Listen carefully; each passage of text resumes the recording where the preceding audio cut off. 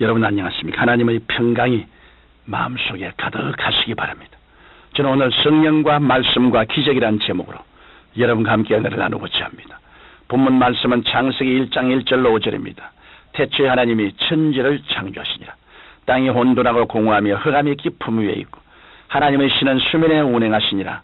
하나님이 가라사대 빛이 있으라 하시매 빛이 있었고 그 빛이 하나님의 보시기에 좋았더라.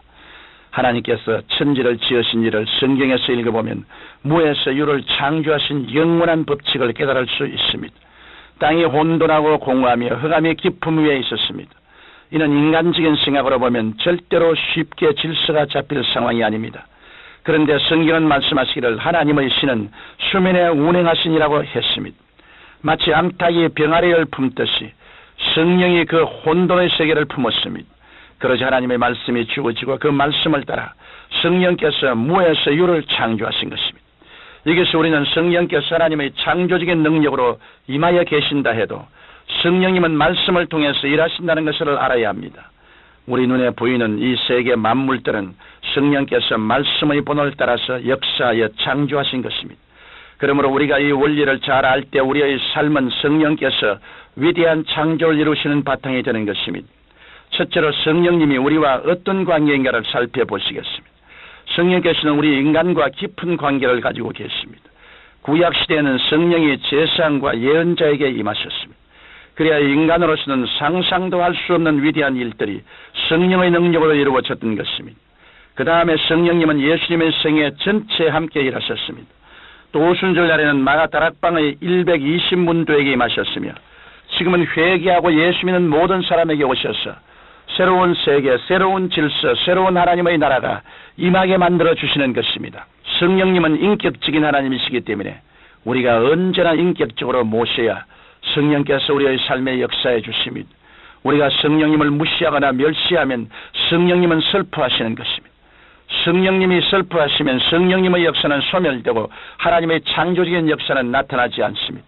이러므로 우리는 매일 성령님을 인정하고 환영하고 모셔드리고 의지하는 삶을 살아야 하는 것입니다.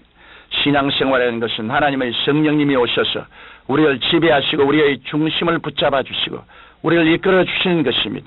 그러므로 성령님으로 말미암지 않고 예수님을 주라고 할 수 없고 참된 기도, 참된 찬송, 참된 예배를 드릴 수도 없는 것입니다.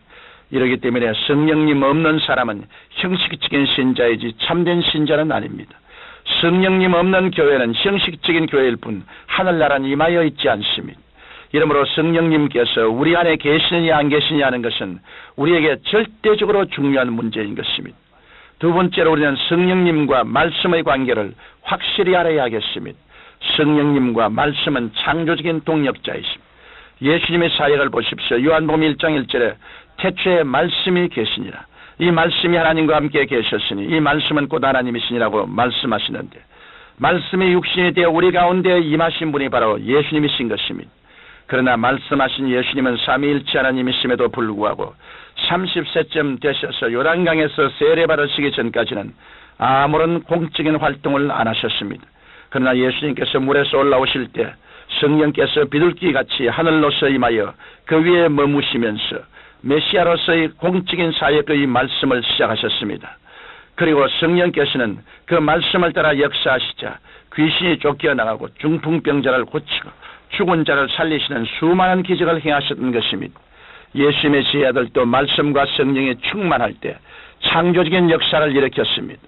제자들은 예수님의 가르침을 3년 반 동안 배웠기 때문에 말씀으로 충만했지만 오순절 날에 이르기 전까지는 아무 능력도 행하지 못했습니다.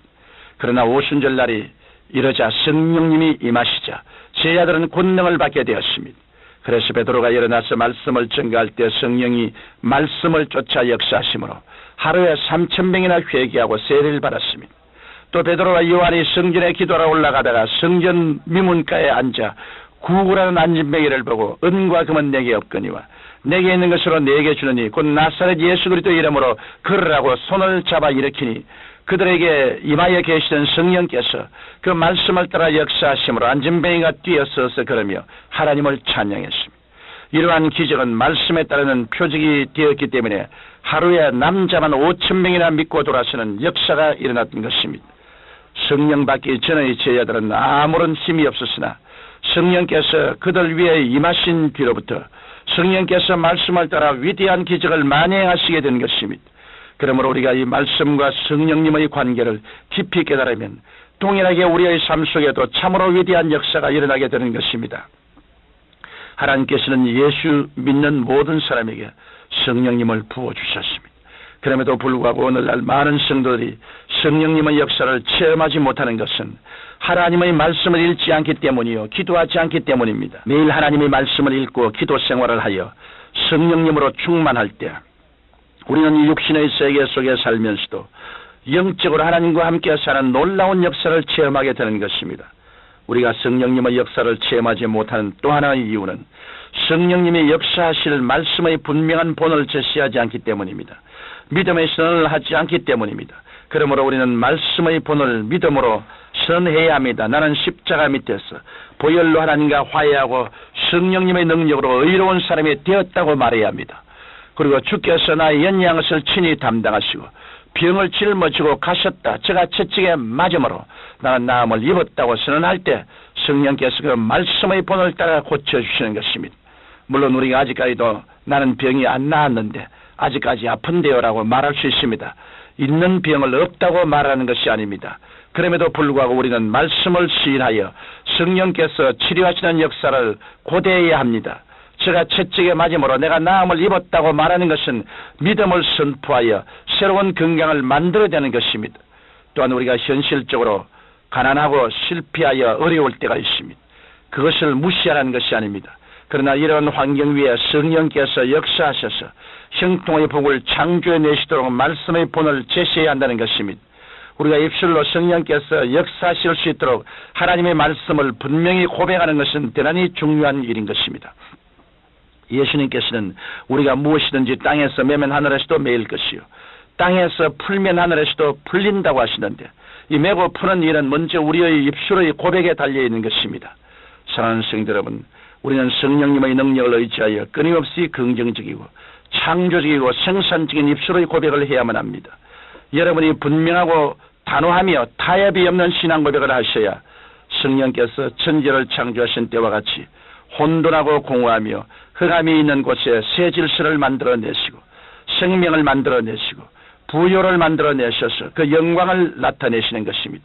거룩하신 하나님 우리 아버지요, 말씀과 성령으로 충만하게 하여 주시옵소서.